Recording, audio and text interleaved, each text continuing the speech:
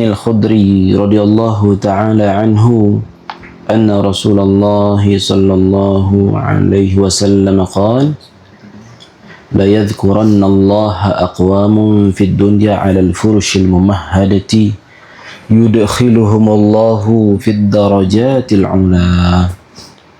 Hadis ini diriwayatkan oleh Imam Ibnu Hibban, itu juga diriwayatkan oleh Imam At-Tirmidzi, Imam Al-Hakim, Imam At-Tabarani, dan Imam Al-Hakim mengatakan hadis ini sahih, mengikuti standar syarat Imam Al-Bukhari dan Imam Muslim, atau yang diistilahkan dengan Syaikhaini, dua orang guru hadis, Imam Bukhari dan Imam Muslim. Di sini ada beberapa pemahaman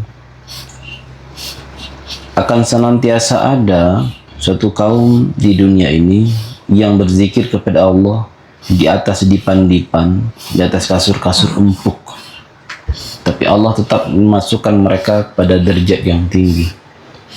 Maka ini mengubah paradigma kita bahwa tidak selamanya kita kalau berzikir itu kondisi sakit-sakitan, harus disiksa-siksa. Maka kalau prinsip saya pribadi, sah-sah saja jika para sedikin itu bawa sajadah empuk, bawa martabak sekalian. Iya, kasur kayak martabak. Stella. Siapa yang bawa? Bawa stella, sah-sah saja. Sah. Ini boleh nih. Ini tulisan kebalik, Chris Bow.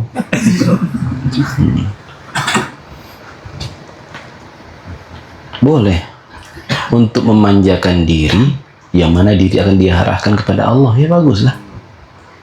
Itulah sebabnya kenapa kita kalau beribadah itu berusaha untuk aslinya ya, kalau kondisi ini kan darurat ya. Kalau di rumah sholat itu sediakan baju tersendiri, jubah tersendiri, sarung khusus, imamah kalau perlu. Nah di rumah sediakan.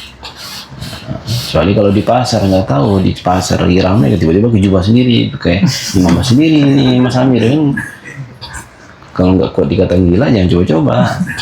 Kalau siap dikatain gila nggak apa-apa, cobain aja.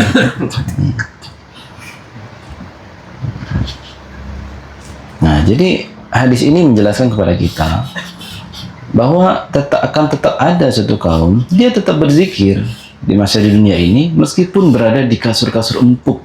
Allah tetap masukkan mereka ke derajat yang tinggi. Jadi nggak horor kan zikir itu? Harus duduk di kulit durian kan enggak?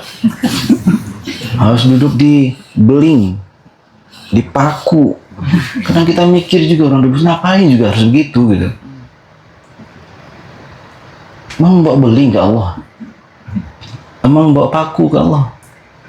Ngapain duduk-duduk di paku, debus-debus gitu? Itu menyampaikan kita kepada Allah.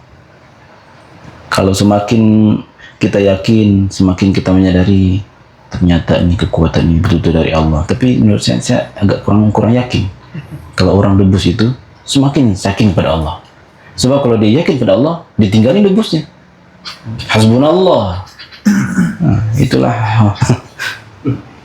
debus hakiki itu ya hasbunallah.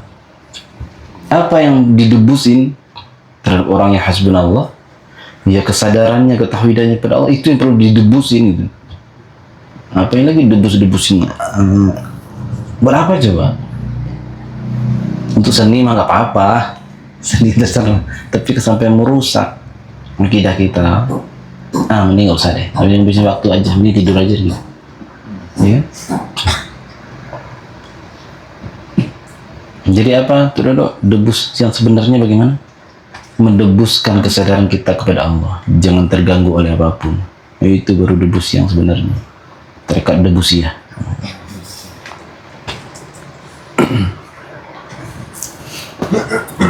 Jadi nggak horor ya zikir itu. Oh, disuruh-suruh katanya nggak boleh bawa sajadah empuk. Siapa yang ngomong begitu? Perasaan aneh nggak pernah ngomong. Yang dengar ngomong itu nggak ada yang mendengar ngomong itu. Nggak ada. Boleh bawa sajadah empuk. Kasihan tulang iga kita kalau keras-keras, miring langsung ke tembok kasihan. Li jasadika alaika hakun, jasadmu itu juga ada hak untuk sehat. Jadi kita tuh butuh ekualitas, keseimbangan rohani dan jasadi.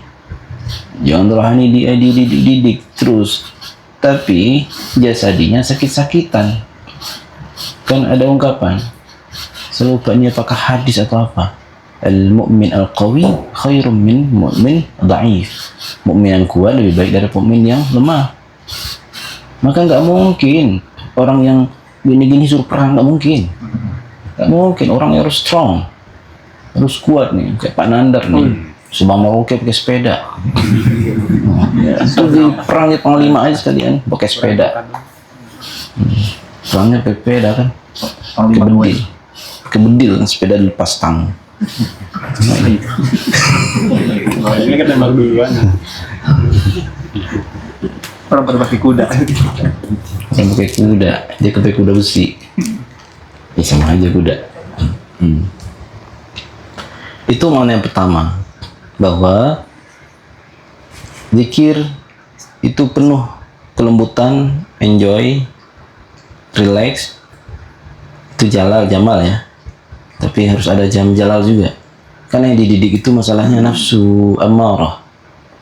Kalau sudah mulhamah, oke, pasti dielus-elus. Tapi kalau banyak amarahnya, lawamahnya, masih disentil-sentil dulu. Gitu.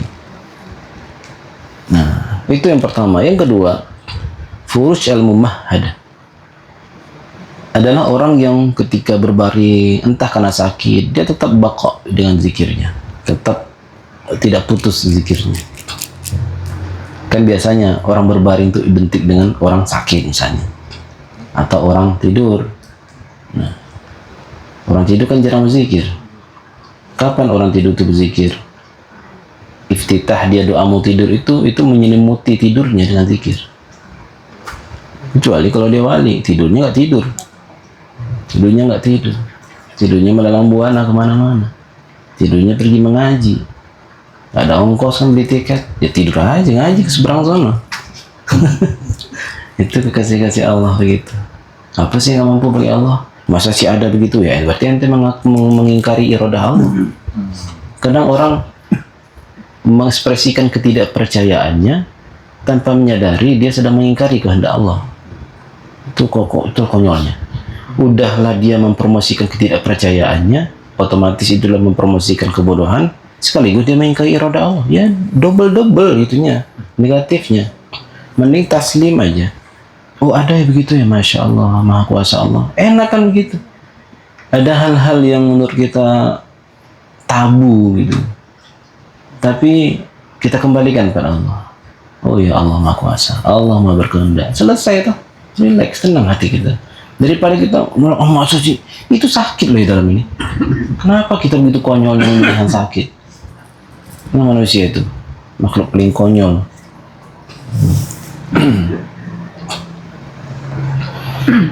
Kita serumpuk ya. Ini bukan ajaran untuk tidur-tiduran ya. Ini bukan ajaran untuk tidur-tiduran gitu. Kan ini kasus bisa zikir, tidur aja gitu ya. Nah. Kemudian ada sebuah riwayat bahwa malaikat pun bisa mendatangi seorang hamba ketika dia berbaring pun. Apa syaratnya? Dia didatangi oleh malaikat, dia membangun rabitahnya dengan Rasulullah SAW. Inilah kisahnya ketika Sayyidina Abu Bakar Siddiq, Sayyidina Hanzalah. Apa hadisnya tuh? Sayyidina Abu Bakar Siddiq, Sayyidina Hanzalah. Atau duduk kan sering gini nih parang. Ya kan? Itu Hanzalah gini. Jalan keluar dari majelisnya Rasulullah, jalan pulang digini-gini. Bukan. Jalan pulang, kemudian dia pulang ke rumahnya, keluar dari rumahnya udah gini-gini aja, udah panik. Nafaqah Hanzalah, munafik. Diriku munafik, gitu kan. Dia ngomong teriak, tengah pasar pantah di gang dari mana tuh. Lewatlah Sayyidina Abu Bakar Siddiq. Mabika ya Hanzalah, ada apa wahai Hanzalah? Coba Hanzalah. Saya pas ketika bersama dengan Rasulullah, saya langsung ingat akhirat, ingat Allah. Tapi setelah saya pulang ke rumah, mengurusin urusan rumah, bertemu keluarga, saya jadi lupa. Ternyata aku ini munafik. Abu Bakar, kita senasib. Abu Bakar Siddiq. Sama sekelas Abu Bakar Siddiq mengakui dirinya munafik. Kita lebih munafik ini. Artinya apa? Kita tuduh diri kita, keluar dari sini ghaflah, itu munafik. Tuduhnya aja diri kita. Gak usah promosi orang. Mas, munafik aneh. Gak usah gitu juga. Masa jadi orang munafik? Munafik kan? Itu munafik enggak sama aja, enggak usah ngomong aja diri sendiri. Ghaflah kan ente, munafik ente enggak gitu juga. Tapi balas ya ente juga, ya sama kita sama munafik, bagi-bagilah majelis munafik gitu. Tapi ini munafiknya munafik kelas kakap. Kita munafik enggak? Ada munafik. Bikin KTP biasanya KTP munafikun. Tadi. Ini hanya sekejap saja, sudah ada pada masa Rasulullah, hadir mereka pada masa Rasulullah, hidup mereka pada masa Rasulullah SAW. Ketika pulang, lupa sekejap, udah gini. Aduh, munafik aneh gitu. Itu sahabat, saking takutnya tercabut rasa iman itu, saking takutnya tercabut robitoh itu, saking takutnya terputus robitohnya dengan Rasulullah SAW. Terus karena Sayyidina Abu Bakar, Sayyidina Al-Hanzal ini satu senasib ini, wah senasib kita dikata Abu Bakar Siddiq. Ayo kita ke Rasulullah yuk. Ketemu sama bapak. Ayo kayak ibarat dua anak lah, ada dua anak lagi masalah, lagi ada problem di luar, tuh pulang yuk ngadu sama bapak, papa gitu kira gitulah. Tapi ini kan Rasulullah kan, nggak mungkin nggak mau papa. Datanglah mereka berdua ke Rasulullah dengan wajah murung. Ada apa wahai kalian berdua, kata Rasulullah. Ngomonglah Sayyidina Abu Bakar Siddiq, ya Rasulullah, ketika kami berada di hadapanmu, kami dihadapkan, diingatkan tentang akhirat, diingatkan tentang surga, diingatkan tentang Allah. Tapi ketika kami sudah kembali ke rumah, bertemu keluarga, ketemu istri, ketemu anak, semuanya lupa ya Allah. Ketemu semuanya lupa wahai Rasulullah. Lalu apa jawaban Rasulullah sallallahu alaihi wasallam? Lau duntum ala ma antum fihi bijambi atau baina yadayya la safahatkumul malaikah walau ala furushikum atau kama qala Rasulullah. Kalau saja kalian bisa mempertahankan rabithah yang engkau dapatkan, yang kalian dapatkan ketika bersama denganku, engkau bawa itu rabithah itu, selalu hadir, merasa hadir bersamaku, bahkan terhadap Allah. Apa kata Rasulullah? La safahatkumul malaika walau ala furushikum. Kalian itu akan disalami oleh malaikat. Ini safahat nih, salam bukan yusallim. Salim itu ucapan assalamualaikum. Ini safah nih, diginiin sama malaikat. Gak tahu gimana caranya. Kalau kerasa Rasulullah aja berjumpa Sayyidina Jibril awal kali langsung beringatan. Kita jumpa malaikat di gimana nanti kita gitu. Langsung bercabut, malaikat Israel lagi kan. Mindakin salaman. Mindakin salaman ini ijab kabul. Salaman. Pulang nih. Israel, ya pulang ya kita ngajak. Baru dia juga kan ada pun mindakin Israel. Amin.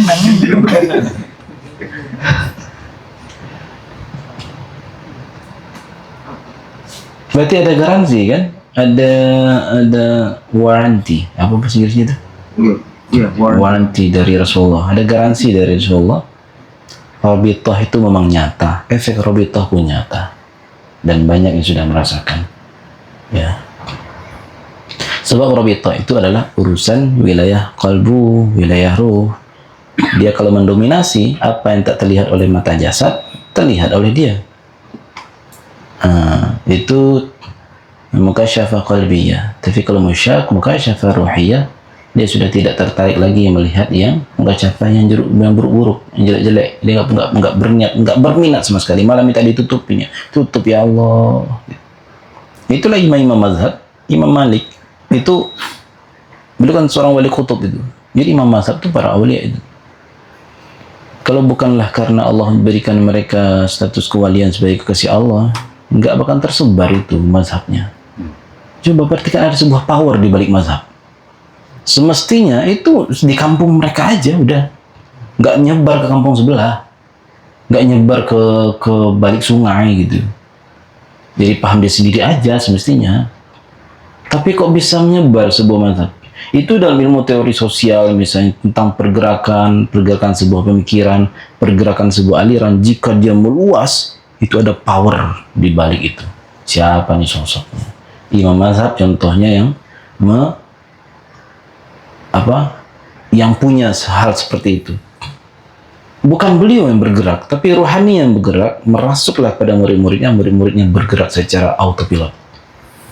Nah, itu pergerakan mazhab begitu, pergerakan mazhab fikih. Jangan dikira fikih itu nggak ada unsur spiritual di sana. Fikih itu dijemput dari langit juga.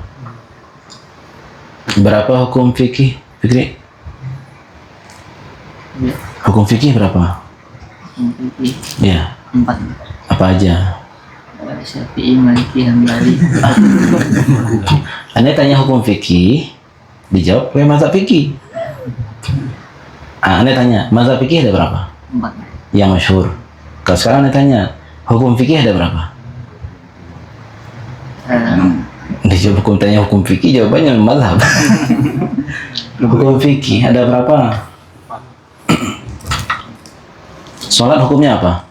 Wajib. Nah, itu maksudnya. Hukum fikih apa aja? Coba paling atas. Wajib. Sunnah atau mustahab bahasa fikihnya. Terus Makruh. mubah dulu. Netral. Terus makruh. Kemudian haram. 5 ya? Subhat masuk hukum. Enggak. Syubhat itu bukan hukum. Syubhat itu bukan hukum. Sesuatu yang syubhat itu dia netral. Maka ahlul ilmi lah yang akan mendeteksi ini di sesuatu yang kafar dan syubhat di dalamnya hukum apa yang muncul. Syubhat itu bukan hukum, sebuah kondisi samar-samar dalam pandangan orang awam. Maka oleh pandangan ahli fikih tidak ada syubhat.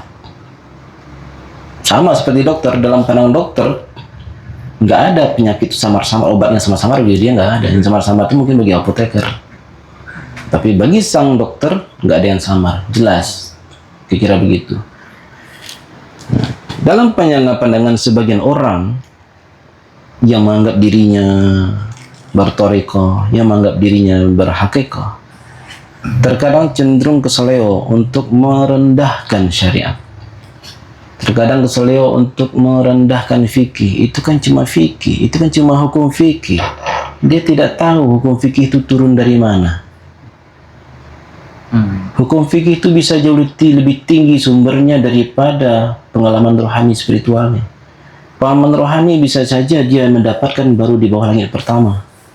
Pengalaman rohani bisa saja dia dapat baru di langit pertama. Bisa jadi dia dapat pengalaman rohani di langit kedua, langit ketiga, sampai langit ketujuh. Atau Sidratul Muntaha. Tapi hukum fikih ternyata ada yang dari arsy. Salat. Hukum. Bukan amalannya. Hukum. Jadi 5 hukum itu turun dari mana?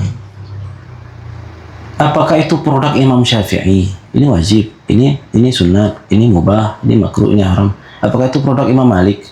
Apakah itu produk Imam Abu Hanifah? Apakah itu produk Imam Ahmad bin Hambali? Bukan. Apakah itu produk MUI? Bukan. Siapa lagi? Apakah itu produk Ustaz Ali? Apa lagi? Nah. Ini belum memproduk hukum aja udah begini kepalanya. Apalagi produk hukum sampai kepala hilang itu. Bercanda.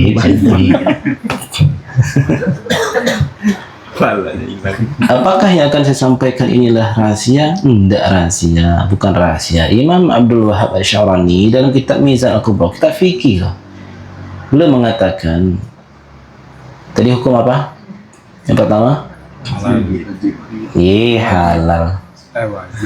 Wajib. Makan mulu. Halal. Yang pertama apa? Wajib turun dari mana? Ada yang tahu? Dari mana? Bukan dari siapa? Nah itu diksi-diksi kata-kata kadang bakal ke sebab lapar nih. Yang ditanya apa, dijawab apa. Ditanya hukum, jawabannya mazhab. Berapa hukum fikih? 4. Maliki, Hanafi, Hambali. Ya nggak nyambung. Asam lambung udah mulai naik.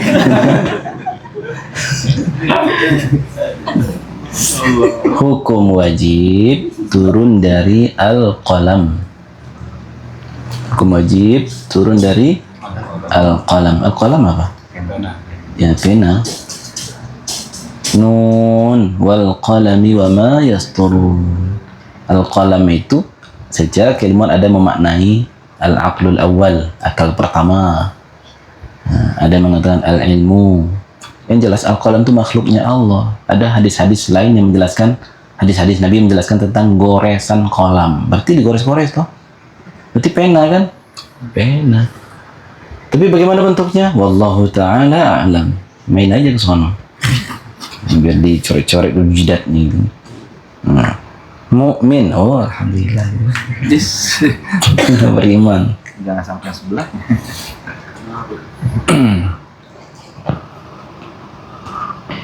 Hukum yang kedua, Sunnah. ya sunat atau mustahab. Itu bahasa keumuman sunat, tapi bahasa fikihnya mustahab. Sebab kalau sunnah itu bisa bermakna sesuatu yang dikerjakan Nabi. Sunnah itu masnunah. Mustahab. Hukum sunat turun dari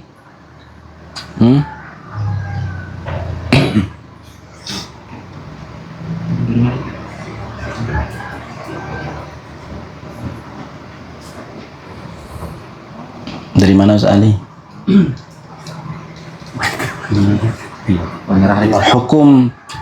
Hukum makruh turun dari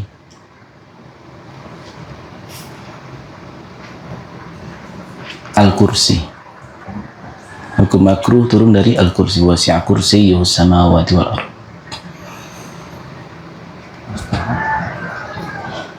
Mubah, hukum boleh yang netral itu turun dari Lauhul Mahfuz. Lauhul Mahfuz. Yang belum apa? Mustahab dan haramnya. Mustahab turun dari Sidratul Muntaha. Terakhir apa? Haram. Hukum haram.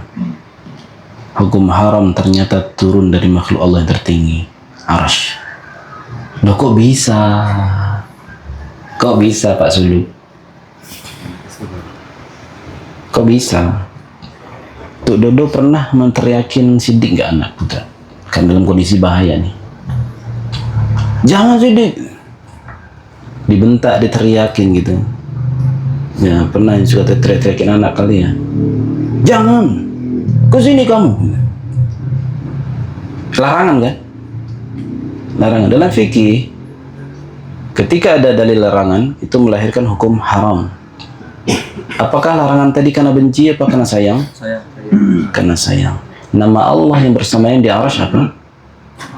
Ar-Rahman. Al-Haram rahmaniyatullah. Haram itu rahmaniyahnya Allah. Kenapa Allah larang minum khamar di dunia? Karena merusak pikiran gitu.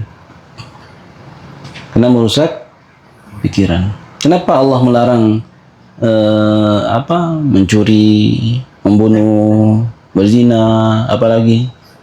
Karena madarat, merusak tatanan sosial. Karena Allah sayang, Allah jaga. Saking berbahayanya, Allah tingkatkan kualitas hukumnya dengan hukum haram. Kenapa nggak makruh aja jenis itu kan? Karena bahayanya berat. Impactnya.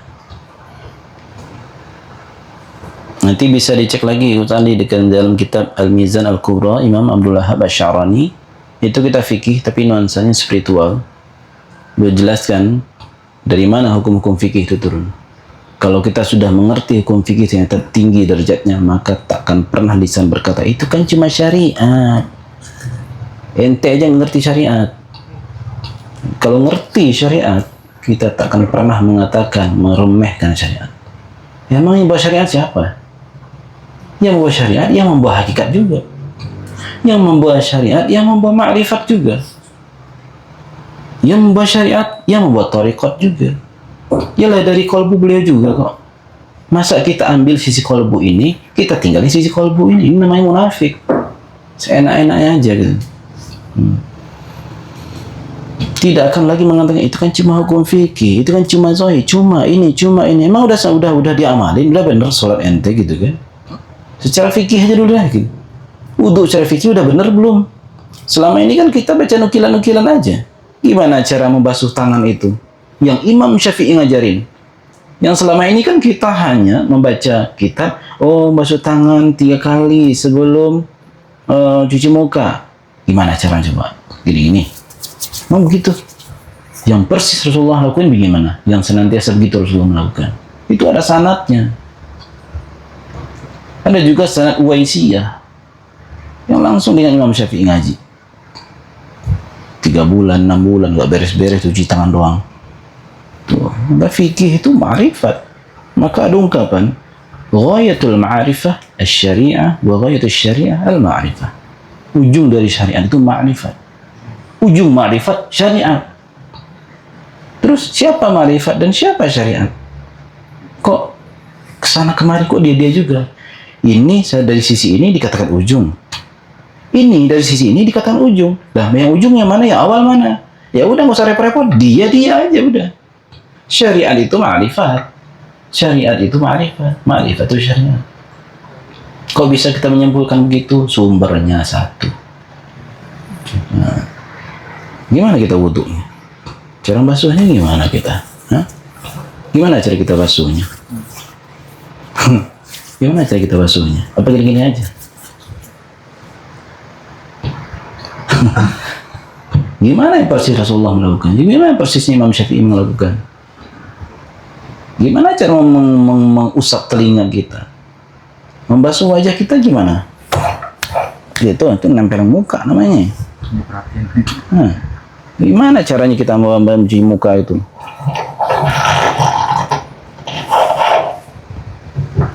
Itu caranya. Banyak cara-cara lagi yang disampaikan oleh para aulia, para ulama. Fikih aja belum beres, istinja aja belum benar, udah mengatakan itu kan cuma syariat. Coba ente pipis, pipis aja masih berdiri, merendahin syariat lagi. Ya kita kan nggak adil ya Pak Sulaiman ya. Mana Sulaiman tadi? Sulaiman mana? Lagi ngambil wudhu ya. Pak Sulaiman udah dapat ijazah kemarin di Keramat. Ijazah keadilan buang hajat. Ya udah dapat ijazah keadilan buang hajat. Apa maksudnya? Kita buang hajat, buang air besar duduk nggak? Maka BAK buang air kecil pun juga harus duduk. Harus adil dong depan belakang. Itu lagi juga. Iya tuh.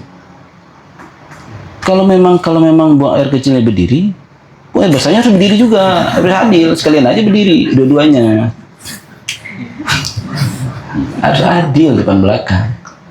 Nah kita pilih mana? Duduk dua-duanya atau berdiri dua-duanya? Ini duduk dua-duanya. Coba aja buang air besar berdiri. Semi jalan.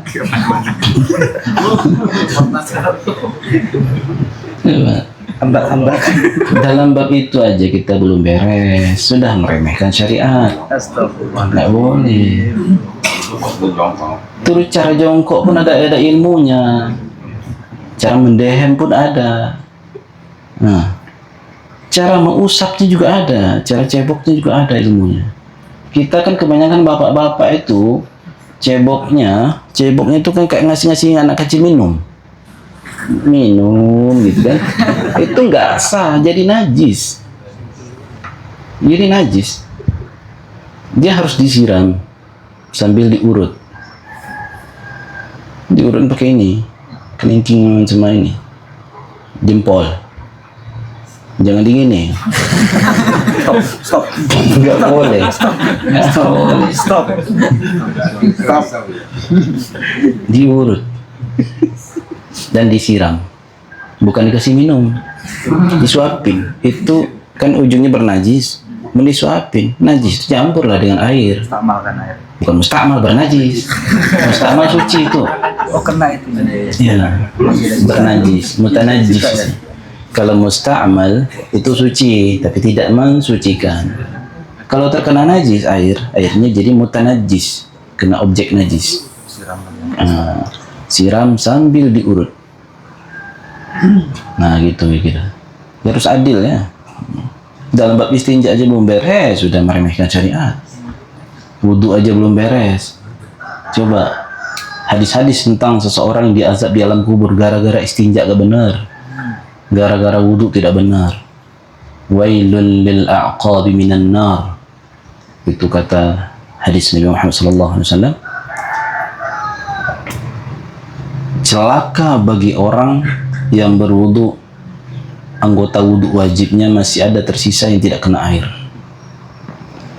Maka itulah kenapa kalau kita ngusap kaki itu harus diusap sela-sela jari kakinya itu. Jangan gini-gini doang kayak keran gitu.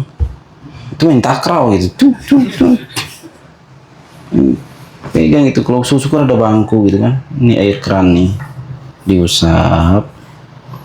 Pegang. Tangki naik, nih klik tip.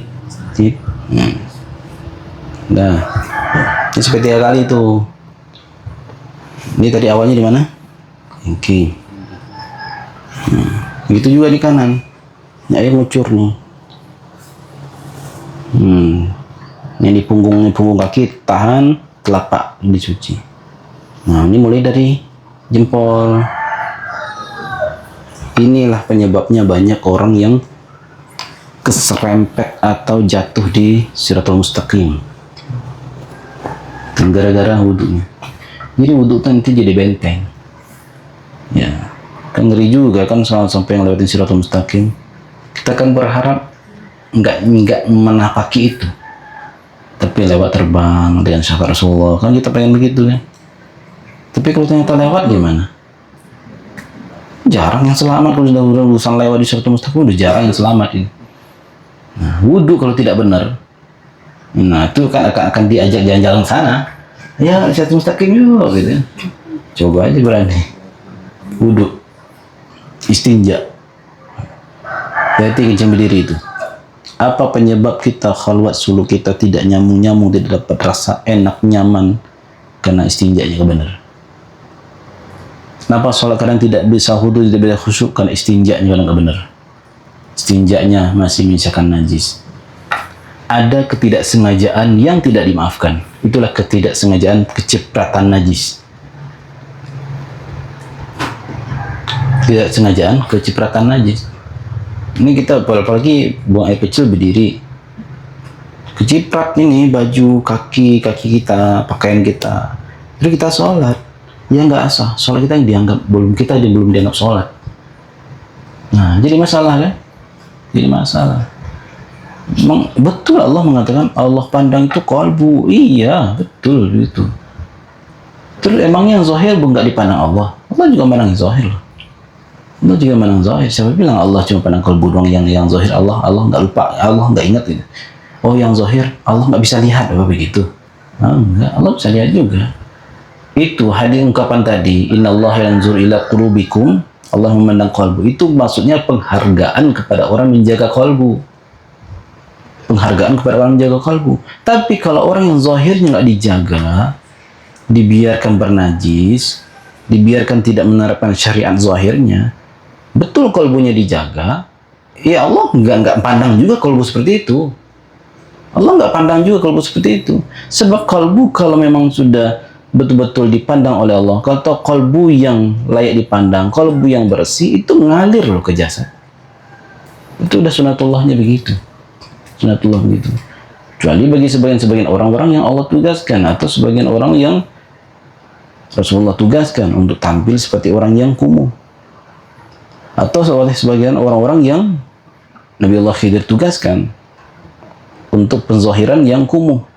Tapi ingat, orang yang zahirnya kumuh, menurut kita, ketika dia sholat itu adalah orang paling bersih. Saya sering melihat orang begitu, dia kotor, di luar kotor, tapi ternyata ketika urusan sholat, dia punya jubah sendiri, punya kami sendiri, punya ridha sendiri. Itu.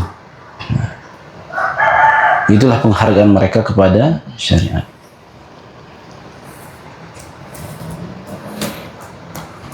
Di mana pangkal masalah tadi?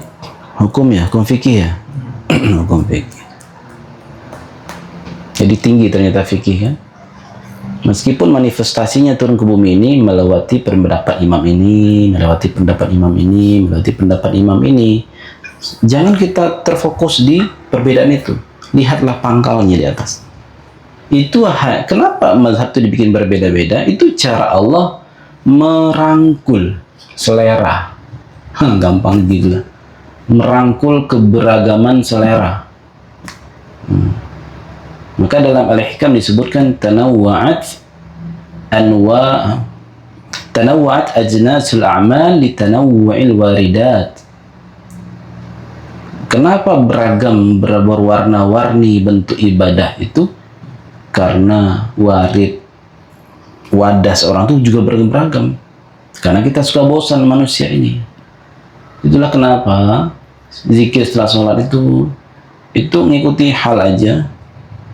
Ada nggak zikir dari awal kita khalwat di sini sampai sini persis sama? Soal ini persis sama. Ada beda-bedanya nggak? Pasti beda ya. Mungkin dikurangin, mungkin ditambahin, mungkin ada apa-apalah. Saya pun juga nggak ngerti itu, kebawa aja begitu. Ada yang sama nggak? Pasti ada bedanya. Pasti ada bedanya. Mungkin jumlah bilangan kah? Mungkin dirasanya kah? Atau ada tambahan lafaznya lah, atau tambahan nama-nama Rasulullah yang selama ini kita tidak duga-duga. Ya. Nah itu maksudnya. Kenapa Allah izinkan beragam ibadah, bentuk ibadah? Karena beragamnya wadah manusia yang suka bosan. Saya yakin ini yang dari hari kesekian sampai nanti latifah, saya yakin bosan itu. Yakin bosan. Kenapa bosan? Karena belum menikmati. Karena belum kenal siapa yang dizikiri. Ya. Kenapa seseorang itu betah chatting-chattingan dengan orang yang dia sayangi, dia kagumi, berbulan-bulan, bertahun-tahun, nikah juga enggak. Misalnya kan? Kenapa? Karena dia kenal. Poinnya di sana. Karena dia kenal. Betah kan? Coba semua chattingnya itu di copy paste ke Microsoft Word, jangan tesis selesai itu. Iya, karakternya mungkin udah ratusan ribu barangkali. Iya Pak, mungkin novel ya, novel carut marut. Iya. Kenapa bisa betah? Kenapa dengan zikir kita tidak betah? Gampang kok. Indikator kita tidak kenal Allah, tidak berma'rifat pada Allah, gampang tidak betah duduk zikir. Sederhana tuh. Gak usah nanya-nanya ke Buya Razi, ke guru Buya, apa sih indikator? Apa sih saya ini udah berma'rifat belum? Ya gak usah, tanya aja, berdiri aja di muka cermin, depan cermin, atau duduk aja di sajadah, kuat nggak 1 jam, sejam, 2 jam gitu kan? Di rumah nanti, di rumah kan merasa bebas nih. Nah, merasa bebas nih. Di bastoh namanya. Kalau kita khalwat ini namanya dikabut, digenggam. Pas dikabut aja masih ada yang keluar keluyuran keluar kan? Gimana kalau dibastoh beneran, dilepas beneran? Maka banyak orang yang gagal ketika dibastoh, dilepas.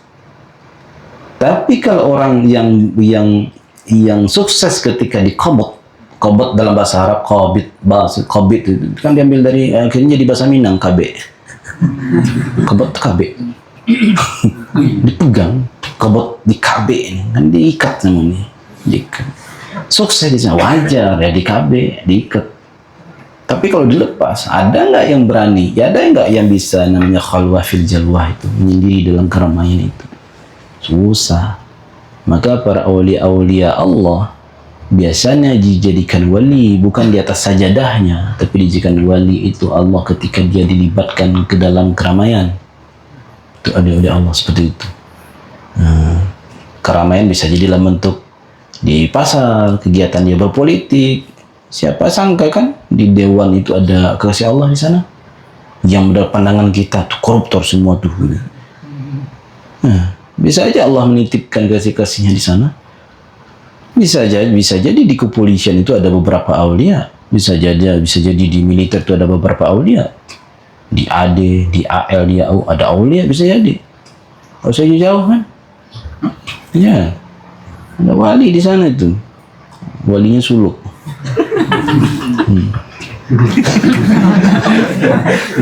Bisa jadi kan, siapa sangka man wali, dikira wali itu cuma di masjid. Nah di masjid juga banyak setan juga. di masjid banyak setan. Apa buktinya? Itu pengurusnya ada aja gontok-gontokan.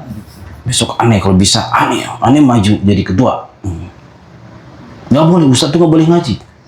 Ustadz nyuruh dari kita, kan iblis semua itu yang seperti itu tuh. Kayak ngerebutin nasi, ngerebutin apa gitu. Pernah lihat itu nggak, kucing rebutan tulang? Satu gigit kepala, satu gigit ekornya. Kasihan si tulang tengah itu. Kalau rebut ikan, kalau ini rebut tulang. Nauzubillah min dzalik. Ngeri ya, ngeri. Itulah yang dikhawatirkan oleh Rasulullah SAW, orang yang zahirnya memperjuangkan kebenaran, tapi ternyata sejatinya dia sedang memperjuangkan hawa nafsunya. Ya. Memperjuangkan hawa nafsunya. Ra'aita man ittakhadha ilahahu hawa. Apakah engkau melihat, apakah engkau mengetahui orang-orang yang menjadikan hawa nafsunya sebagai Tuhannya? Kita mempertuhankan hawa nafsu, sejatinya kita telah mempertuhankan. Itulah kenapa kita setiap saat harus syahadat. Kita sering syirik kok. Maka nggak usah kita merasa, aneh nggak kafir, aneh nggak syirik. Apa ya dosa aneh? Apa ya kesalahan aneh? Jangan ngomong begitu. Ngomong begitu aja itu tanda udah berdosa itu. Merasa tidak bersalah.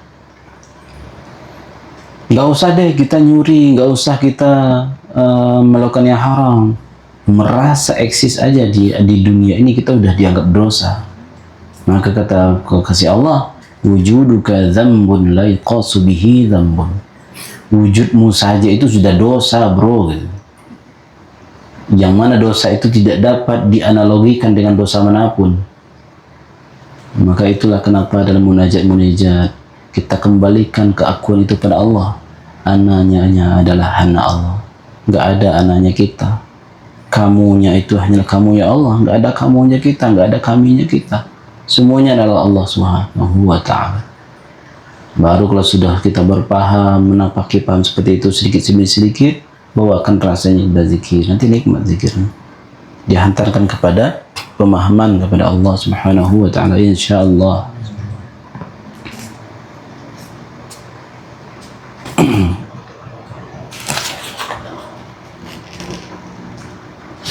Hadis berikutnya dari Abu Musa Al-Asy'ari radhiyallahu ta'ala anhu qala, Imam Bukhari ini riwayatnya, Imam Muslim juga meriwayatkan, Imam Al-Baihaqi juga meriwayatkan. An Abi Musa Al-Asy'ari radhiyallahu ta'ala anhu qala qala an-nabiy sallallahu alaihi wasallam mathalul ladzi yadhkuru rabbahu wal ladzi la yadhkuru rabbahu mathalul hayy wal mayyit. Rasulullah Nabi Muhammad SAW bersabda, jika disebutkan Nabi, refleks salawat. Man al-bakhil, siapakah orang pelit itu? Kata Rasulullah pada sahabat, al-bakhil, orang pelit itu dia punya harta tapi nggak ngasih. Kata Rasulullah nggak menyalahkan. Rasulullah nggak pernah bilang akhta'ta, you are wrong. Enggak, Rasulullah nggak ngomong salah. Rasulullah hanya iwan diurang, laluan jawab. Iyain, betul itu definisi orang pelit itu adalah dia nggak memberi, berkikir. Itu betul, tapi Rasulullah memberikan jawaban yang berikutnya. Al-bakhil man dzukirtu 'indahu falam yusalli 'alayya. Orang yang namaku disebut, dia nggak berzikir. Namaku disebut, bengong gitu. Pikirnya begitu lah kalau bahasa kitanya. Namaku disebut, dia cuek aja. Yang lebih hebat dia apa aneh sih kayak gitu lah. Rasulullah nggak mungkin juga ngomong gitu, aneh aja begini wakil ini. Apa beliau katakan? Mathalul ladzi yadhkuru rabbahu wal ladzi la yadhkuru rabbahu mathalul hayy wal mayyit. Perumpamaan orang yang selalu mengingat Allah dengan orang yang tidak mengingat Allah itu sama halnya antara orang yang hidup dan mati. Perbedaan orang hidup dan orang yang mati. Ini mati-mati bangkai maksudnya nih. Mati bangkai, bukan mati jangan husnuzon dulu. Oh, mati kan untuk ketemu Allah, entar dulu. Mati kita mati bangkai ya. Alhamdulillah. Jadi orang yang zikir dia sedang membangun kehidupan. Orang yang tidak berzikir dia sedang menggali kubur untuk dirinya. Apa ayatnya Ustaz Ali? Walam yakun syai'an madhkura. Apa awalnya pangkalnya? Hah? Apa? Hal ata apa? Oh, al-insan. Al-insan. Hal ata al-insani hinun min ad-dahri lam yakun syai'an madhkura. Madhkura itu oleh ulama tafsir dimaknai, salah satu maknanya adalah mawjuda. Hal anta 'alal insani hinun min ad-dahri lam yakun syai'an madhkura. Bukankah telah datang bukankah telah datang masanya terhadap manusia? Hal ata 'alal insani hinun min ad-dahri, yang mana pada masa itu lam yakun syai'an madhkura, si manusia itu belumlah sesuatu yang ada. Maksudnya apa? Dia masih ma'dum, masih belum ada. Nah, di ayat itu disebutkan syai'an madhkura. Saat itu si manusia belumlah menjadi sesuatu yang disebut. Kita menyebut karena dia ada. Ya. Sesuatu yang tidak ada, tak terbayangkan, gak mungkin tersebut. Kita pasti cenderung menyebut yang pernah kita, yang ada. Nah, di situ lafaznya lam yakun syai'an madhkura. Belumlah si manusia ketika itu menjadi sesuatu yang dizikiri. Kalau pakai letter leknya begitu. Dia belumlah menjadi sosok yang dizikiri. Maka oleh ulama tafsir dijelaskan dia belumlah menjadi sesuatu yang ada, yang wujud. Maka zikir itu adalah wujud. Maka orang yang berzikir dia semakin wujud. Orang yang tidak berzikir dia semakin apa namanya? Ya mayat lah, bahasa hadis ini mayat kan, mati. Orang mati bangkai maksudnya, bukan mati yang mutu qabla an tamutu, itu ketinggian. Mati itu dulu mati asbah namanya. Mati asbah. Mati bangkai. Jadi zikir itu adalah wujud. Madhkur mawjud. Maka orang tidak berzikir itu ya orang yang enggak ada. Enggak dipandang. Nah, gimana cara supaya dipandang oleh Allah? Sebut namanya. Zikir terus. Ada zikir formal, ada zikir non formal. Zikir formal ya nyebut nama Allah. Zikir non formal apa? Aktivitas kita keseharian, bekerja, itu zikir non formal. Aktivitas menjalani sunnatullah kehidupan, ikhtiar, itu menjalani zikir non formal. Sedang menjalani zikir nama Allah Ar-Razzaq barangkali. Kalau dia seorang guru, dia sedang zikir menjalani nama Allah Al-Alim. Apa lagi?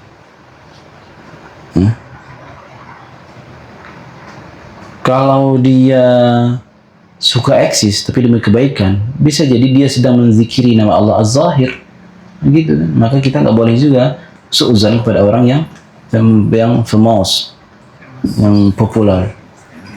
Ya. Barangkali dia sedang ditajallikan nama Az-Zahirnya Allah. Ya, bentuknya seperti manusia. Memang manusia sih, cuma Allah pinjamkan limpah-limpahan namanya.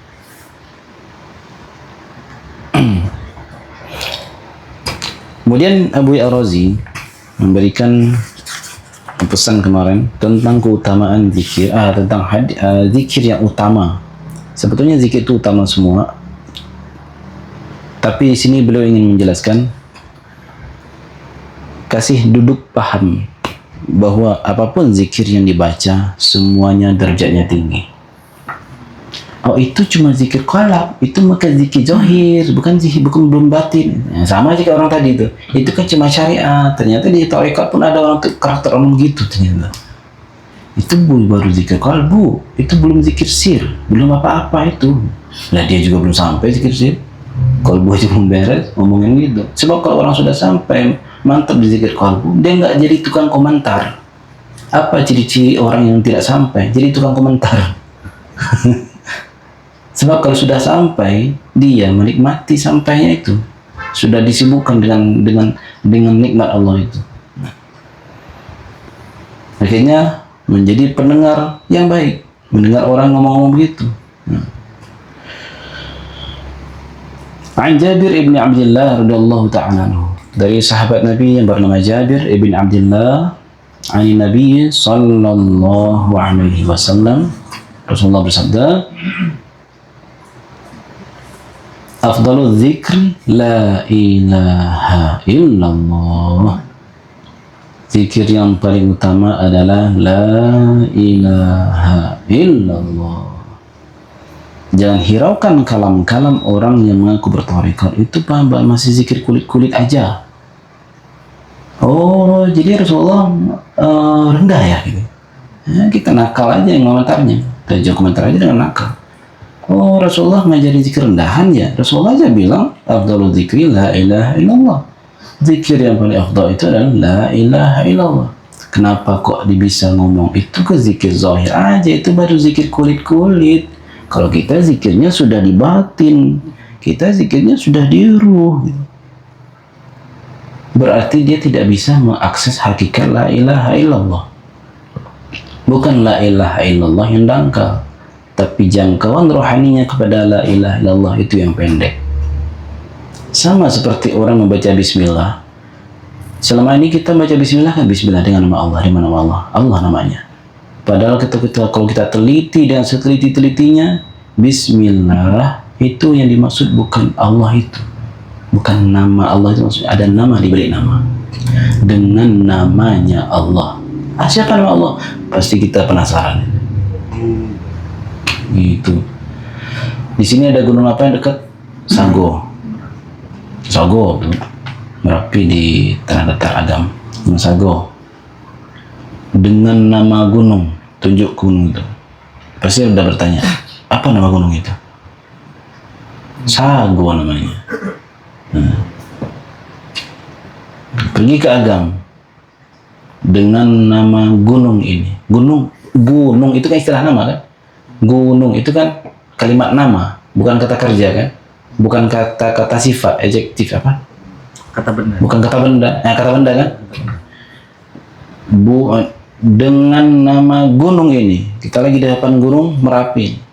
Apa nama gunungnya? Merapi. Pergi lagi ke Tanah Datar dan Agam, Gunung Singgalang. Dengan nama gunung ini, atau kita bilang gunung ini gunungnya nama, pasti ada pertanyaan, ini namanya gunung apa? Atau kalau yang sudah tahu namanya pasti langsung kebayang Singgalang. Bukan kata gunung lagi. Bukan kata gunung lagi, tapi nama di balik kata gunung. Apa namanya? Singgalang, Merapi, Sago. Ya. Mirip dengan bismillah. Dengan nama Allah. Kalau yang dimaksud itu lafaz Allah itu, maka sejatinya makna redaksinya adalah dengan nama Tuhan yang namanya adalah Allah. Oh, Allah itu dimaksud. Ya, objeknya betul lafaz Allah. Bismillahirrahmanirrahim Allah. Kira-kira gitu. Dengan nama Tuhan yang namanya adalah Allah. Berarti lafaz Allah dimaksud. Tapi di sini Allah diringkas rahasia dengan nama Allah, dengan namanya Allah. Siapa yang namanya Allah ya? Rohani kasih bertanya itu mirip dengan ini. Di mana tersimpan nama-nama rahasia Allah? Di dalam Bismillah. Kenapa oleh sebagian aulia dibuka? Karena murid-murid nggak bisa mengakses dalam berhasil di balik Bismillah itu. Dahsyat gak Bismillah itu? Dahsyat. Maka jangan pernah meremehkan yang tampak zahir. Itu kan amalan zahir. Itu la ilaha illallah. Berarti gak ngerti hakikat la ilaha illallah. Gak ngerti hakikat la ilaha illallah. Di dalam Al-Quran ayat tentang itu sekali 12 mata air. Wa idh istasqa Musa itu ya. قطعنا من 17 قطعة. وإذ استسقى موسى لقومه فقلنا اضرب بعصاك الحجر فانفجرت منه 12 عينا. Ketika umat Nabi Musa meminta minum, meminta air, lalu kami wahyukan kepada Musa, idrib bi'asakal hajar, pukulkan tongkatmu wahai Musa ke batu. Apa hubungannya coba? Tongkat kayu, pukulin aja ke batu. Semestinya kan disuruh gali sumur dulu, kan mesti begitu kan? Bor dulu gitu, tapi pukulin tongkatmu ke batu. Pukul nadrib bi'asakal hajar. Apa yang terjadi? Fanfajarat minhu 12 'aina. Maka terpancarlah 12 mata air dari bongkahan batu yang besar itu. Sebelum kita membahas maksud 12 mata air ini, Allah sedang mengajarkan sunnatullah. Padahal pukulan tongkat kepada batu nggak ada hubungannya dengan kemunculan air. Yang ada hubungan sunnatullah dengan kemunculan air adalah dengan menggali sumur, ya kan? Apa hubungannya? Keluar air, apa hubungannya? Allah sedang mengajarkan kamu jalani sunnatullahnya, apa yang terjadi itu urusan aneh, gitu kata Allah. Jadi sejatinya ketika kita berusaha, bekerja, dinas, sejatinya dinas itu nggak ada hubungan sama gaji loh, aslinya nggak ada hubungan. Gaji dalam konteks rezeki, bukan gaji dalam konteks fulus. Bukan gaji dalam konteks nominal-nominal lembaran-lembaran itu. Gaji dalam konteks saldo yang bertambah, transfer. Tapi gaji dalam konteks ar-rizq. Tidak ada hubungan sama sekali antara kerja dengan gaji yang bermakna rezeki. Nggak ada. Kita bekerja itu sama seperti Nabi Musa memukulkan tongkat ke batu. Tetap disuruh toh. Tetap disuruh. Apa salahnya bagi Allah? Oke Musa, ting, keluar air, bisa aja kan? Tapi tidak, Allah katakan pukulkan dulu. Nabi Musa ketika membelah air laut, kenapa pakai pukul-pukul segala? Air lautnya pakai tongkat. Seberapa sih besar tongkat? Air laut segitu luasnya, Laut Merah. Mau bisa belah? Nggak ada hubungannya kan? Sebetulnya sunnatullah ikhtiar nggak ada hubungannya dengan rezeki. Tapi Allah suruh. Allah tahu bahwa jangkauan usaha kita tidak akan bisa menjangkau kepada rezekinya Allah. Nggak bisa. Nggak akan pernah usaha kita, mau sehebat apapun, serajin apapun kita. Sejatinya kerajinan kita itu sama sekali tidak akan bisa menjangkau asma ar-razzaqnya Allah. Tapi Allah ulurkan ke kita. Nah itu buat sunnatullah. Balik ke ayat tadi. Ini ada hubungannya dengan la ilaha illallah. Maka terpancarlah 12 mata air. Maka apa kata Imam Najmuddin Al-Kubra dalam tafsir Ta'wil An-Najmiyah? 12 mata air itu adalah 12 mata air tauhid. Ini udah tauhid mana? Di luar? Hah? 12 mata air ini adalah simbol 12 huruf la ilaha illallah. Coba hitung lafaz la ilaha illallah. La berapa huruf? La 2. Ilaha 3. Illah 3. Allah terkecoh kan? 5. Total gimana sih untuk bisnis matematik? Buka dulu. La 2. Ilaha 3 huruf. Illah tasydidnya nggak usah dihitung. 3. Allah berapa huruf? 4 ya. Total berapa? 12. Muhammadun Rasulullah berapa huruf?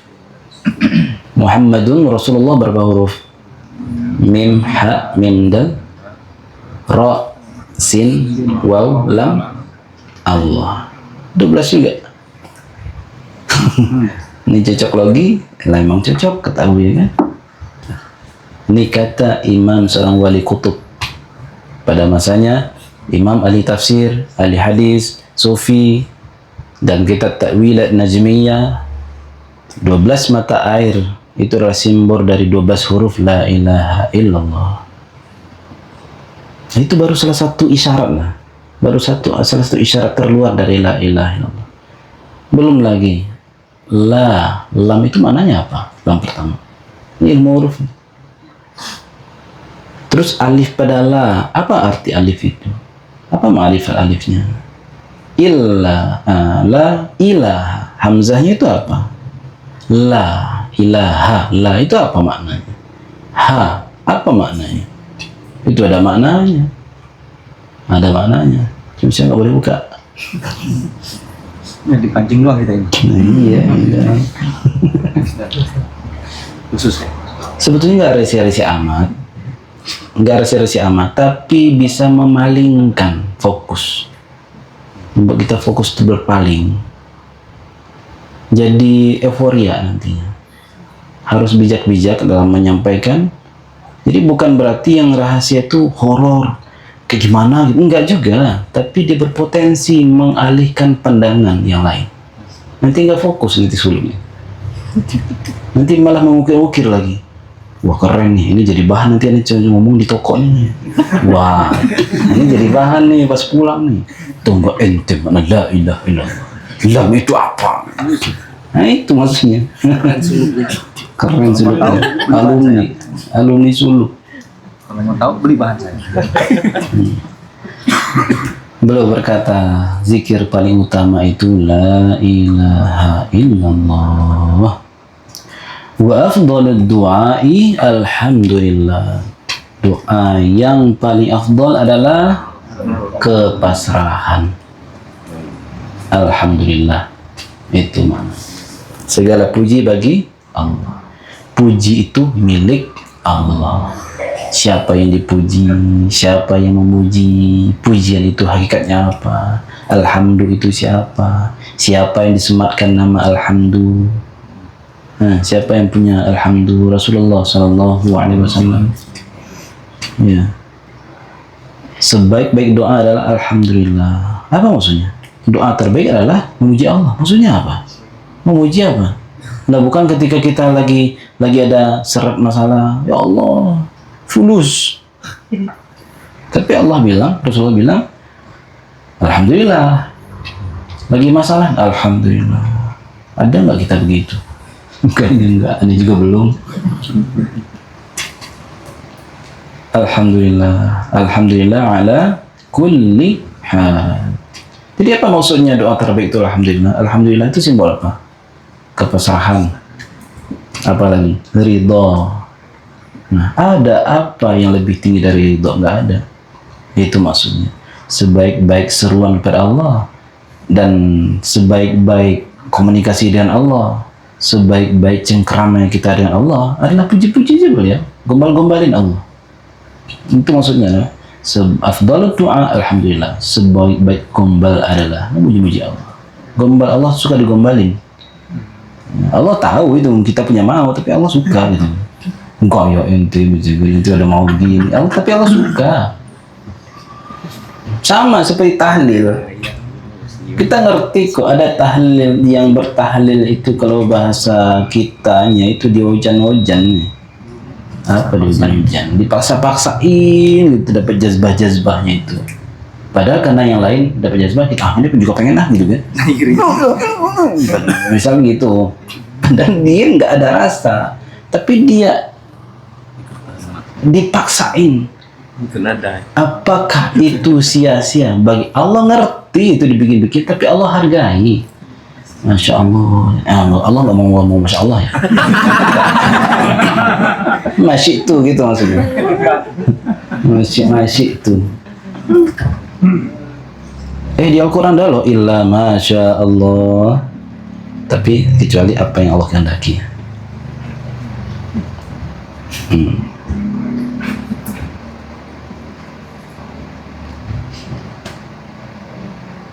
Nah gimana? Pura-puraan. Allah tahu kok pura-pura kita itu. Allah tahu kok kita itu memaksa-maksa, dibuat-buat. Tapi Allah suka. Nggak hina juga kak. Oh nanti kita gitu aja bang, nggak gitu juga. Nanti bikin rusuh nanti.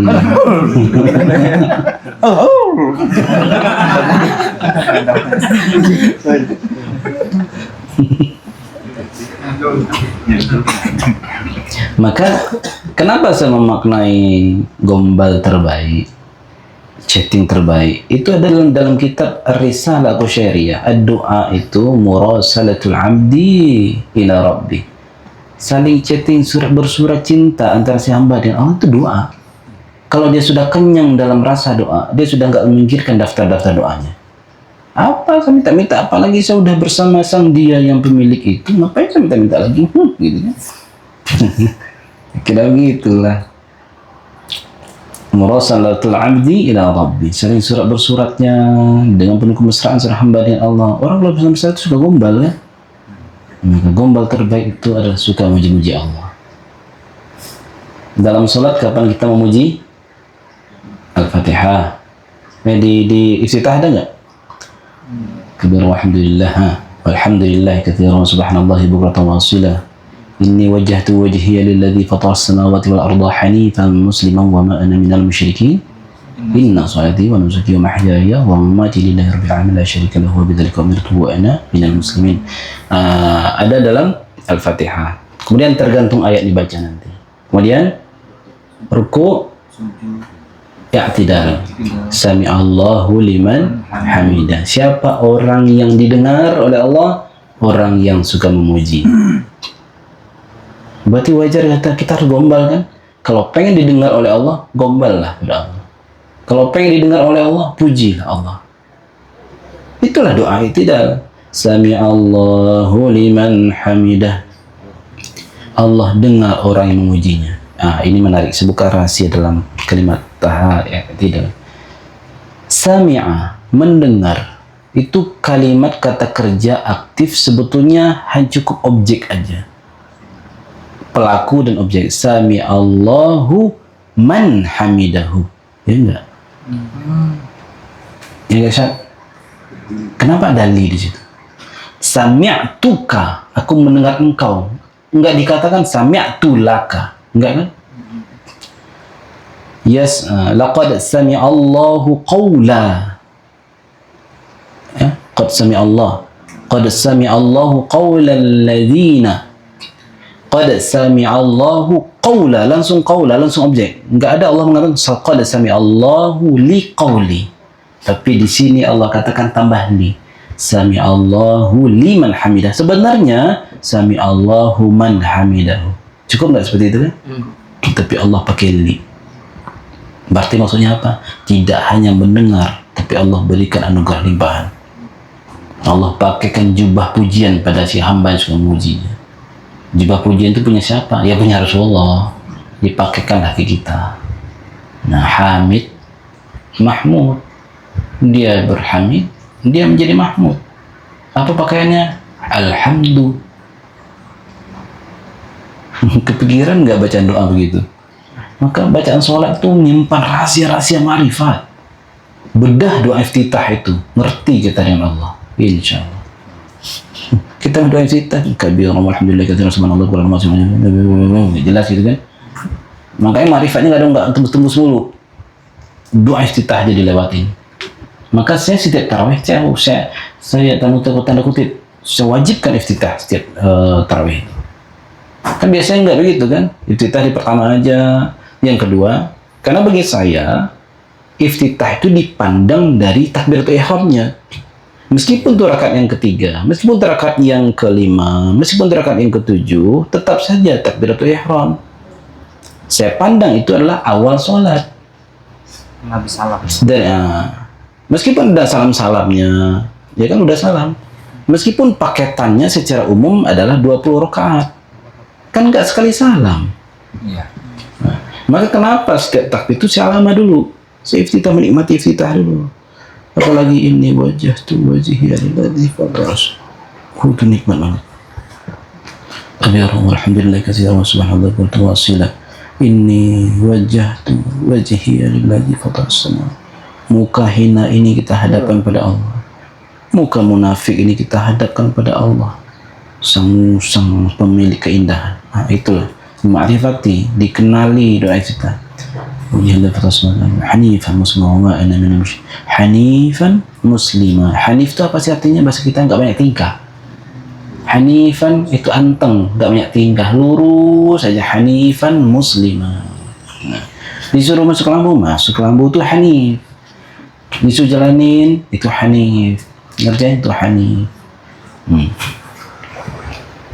Kapan lagi kita baca alhamdulillah yang tidak apa ibadah doa yang menempel dengan ketika kita yang tidak subuh?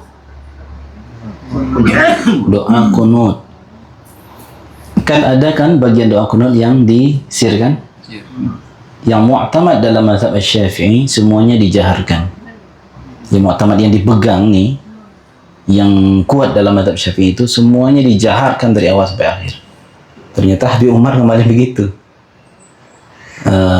Allahumma hdina fiman hadait wa afina fiman afait wa tawallana fiman tawallait wa barik lana fima a'tait wa qina birahmatika syarra ma qadait fa innaka taqdi wa la yuqda 'alaik wa innahu la yadhillu man walait wa la ya'izzu man 'alait tabarakta rabbana wa ta'alait wa lakal hamdu 'ala ma qadait nastaghfiruka wa natubu ilaik. Dan selawat ini yang ke-10 tadi apa kalimatnya? Walakal hamdu ala ma qadait. Ya Allah, apapun yang kau tetapkan, engkau tetap terpuji. Apapun yang kau berikan padaku, engkau tetap terpuji. Apapun yang kau berikan kondisi aku, ya Allah, semuanya itulah bentuk pujianmu, ya Allah. Tidak ada cacat dalam pemberian Allah pada kita. Kunut mengajarkan ma'rifat. Kunut mengajarkan ridha. Yang berkunut kebanyakan adalah madhab Syafi'i. Jika orang mengaku madhab Syafi'i, kerasa gerusu kehidupannya, tidak ridho, Syafi'i hakikinya batal. Gampang kok. Ngetes kita Syafi'i apa enggak? Kita ridho enggak pada Allah? Baca doa kunut ente. Walakal hamdu ala ma qadait. Ya Allah, apapun ujian yang kau berikan, apapun yang kau timpakan pada kami, alhamdulillah, kau tetap terpuji, ya Allah. Berontak-berontak, protes pada Allah, protes ke orang lain, dilimpahkan pada orang, dilampiaskan pada orang lain, Syafi'iyah ente batal. Maka jangan kira Syafi'iyah itu cuma wudhu doang, munakahat nikah-nikah doang, Syafi'i ngurusin fikih muamalat doang, enggak. Mazhab fikih Syafi'i juga ngurusin aspek rohani, tersimpan di balik doa-doanya. Alhamdulillah itu makam keridhaan. Ridho, makam ridho. Fa innaka taqdi wa la yuqda 'alaik. Engkaulah yang memutuskan, bukan engkau yang diputuskan. Terus kita ngapain? Ya Allah yang paling superior kok, kita protes-protes Allah. Begitulah banyaknya kita penuh kesombongannya. Nih hadisnya. Sebaik-baik zikir la ilaha illallah, sebaik-baik doa adalah memuji Allah Subhanahu wa taala. Alhamdulillah. Maka sering baca alhamdulillah. Jadi apa sih dawam itu? Dawam mensenantiasakan. Secara hukum sunatullahnya, mensenantiasakan sesuatu itu butuh pembiasaan. Masuk kaki kanan nggak biasa, dibiasakan. Masang sendal, masang terompa, sunnahnya pakai kaki kanan ya, dibiasakan. Sesuatu berat kalau belum biasa, itu aja. Bukan karena barangnya itu sakral mengerikan, enggak, karena enggak biasa aja. Ya. Masuk kamar mandi, jarang kan baca doa kan? Allahumma inni a'udzubika minal khubuthi wal khaba'ith, langsung nyelonong aja kaki kanan lagi. Nunduk lagi. Punten masuk WC, punten majin. Misi sama majin. Jarang baca doa kan? Jangan dikira WC surau itu aman. Nah, oh ini kan surau-surau, WC-nya aman dong. Siapa bilang? Lah dalam kelambu juga ada setannya. Apalagi WC itu. Allahumma inni a'udzubika minal khubuthi wal khaba'ith. Nah, itu yang diajarkan Rasulullah. Semuanya kanan. Inna Rasulullah sallallahu alaihi wasallam yuhibbut tayammun. Beliau sangat mencintai yang kanan. Kecuali istinja. Ya, untuk urusan kebaikan, beliau suka yang kanan. Nah, apa lagi? Ya gitulah. untuk mensenantiasakan sesuatu butuh pembiasaan dan dilatih terus, termasuk mengucapkan alhamdulillah. Kesandung di jalan alhamdulillah kayak gitu. Itu kalam itu menentukan makom, indikator makom. Kita kesandung, yang keluar kata apa? Lumayan sih, astagfirullah, lumayan. Berarti merasa ditegur kan? Coba alhamdulillah gitu. Kesandung, buset. Nah, Siapa yang naruh batu sini? siapa naruh batu? Padahal batunya udah dicori lama. Marah-marah lagi sama batu, dasar batu. Terus marahin kakinya lagi, dasar mata kaki nggak bisa ngeliat. Kaki sendiri dong. Nah.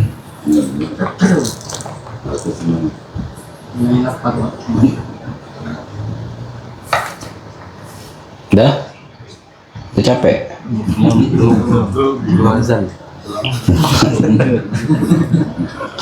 Jadi ini terjadilah dialog Sayyidina Musa, Nabi Musa alaihissalam.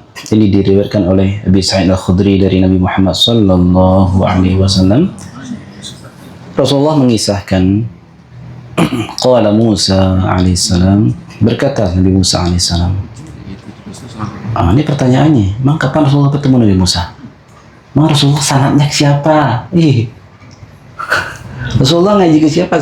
Dari Rasulullah, dari ayahnya, begitu. Lalu kejumpa Nabi Musa. Rasulullah langsung ngomong, berkata Musa. Ya Rasulullah nggak butuh sanad, beliau sumber sanad. Meskipun yang berkata itu adalah sosok yang lahir jauh sebelum beliau, ratusan tahun sebelum baginda Nabi Muhammad SAW. Kapan kemudian Rasulullah tahu itu? Rasulullah tinggal panggil Nabi Musa, ya setor apa aja kisahnya waktu itu gitu, atau cerita itu kan?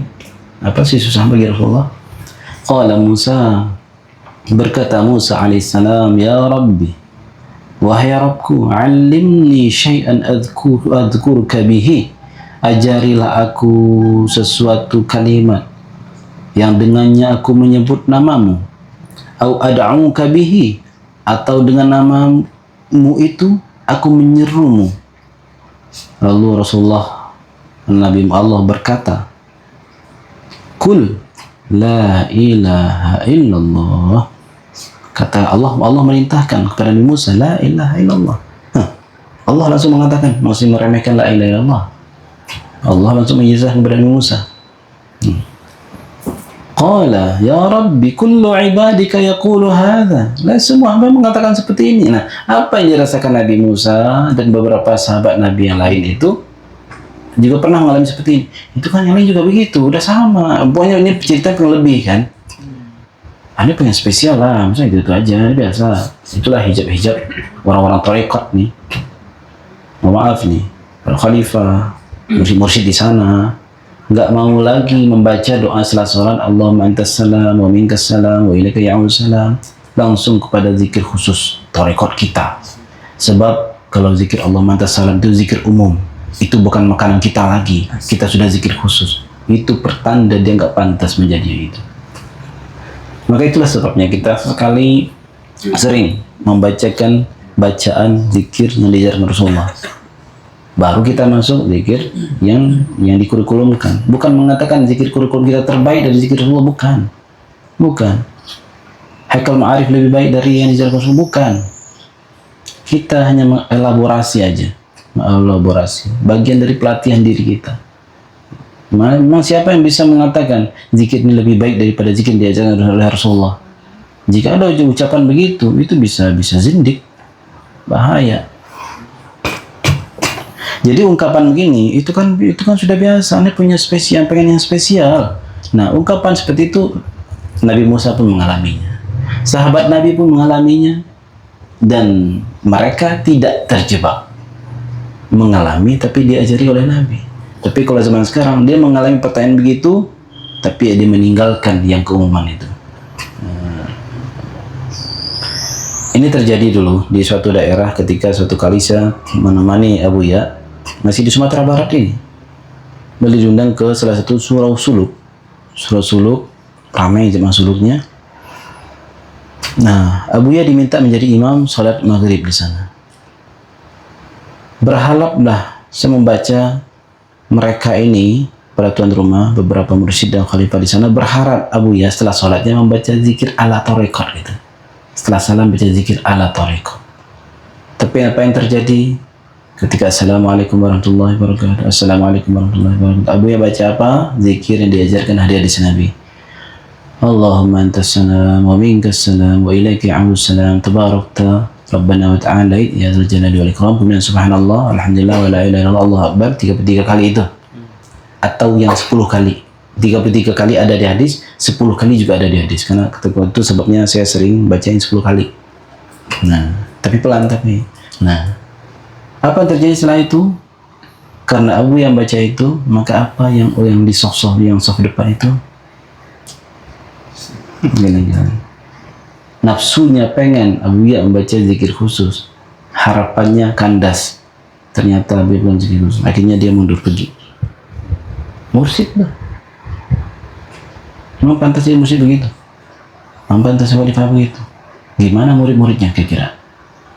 Nah, untuk sunnah Nabi saja dia tidak bisa menghargai. Itulah sebenarnya ijazah palsu. Lagu ya? Lagu ya? Lagu. Awat palsu. Mengerikan kan? Mengerikan. Itulah masuknya tipuan-tipuan iblis, talbisu iblis. Jadi nama kitab Talbis Iblis, Imam Ibnul Jauzi. Talbisu iblis. Nah, apa kata Allah Subhanahu wa taala? Qul la ilaha illallah. Ucapkanlah la ilaha illallah. Berkata pula Nabi Musa, wahai Tuhanku, semua hamba-Mu sama ini bacaannya.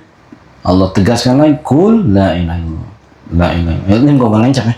La ilaha illallah enggak? Bukan. Qul la ilaha illallah. Tetap la ilaha illallah. Qala. Kemudian apa kata Nabi Musa? Innama uridu syai'an takhussuni bihi. Ya Allah, aku ingin sesuatu yang lebih istimewa, yang khusus. Itu yang la ilaha illallah biar aja yang lain. Kalau aneh, ini kan Nabi gitu. Ini kan Nabi. Sama sekarang, ini kan khalifah. Ini kan mursyid. Ini pengen zikir khusus lah. Kalau zikir itu umum, murid-murid nggak begitu. Ah, itu ciri-ciri kibria. Ciri-ciri kibria. Nah, hal-hal seperti yang orang-orang seperti inilah yang iblis demen banget nih. Makanan aneh nih gitu kan. Nah.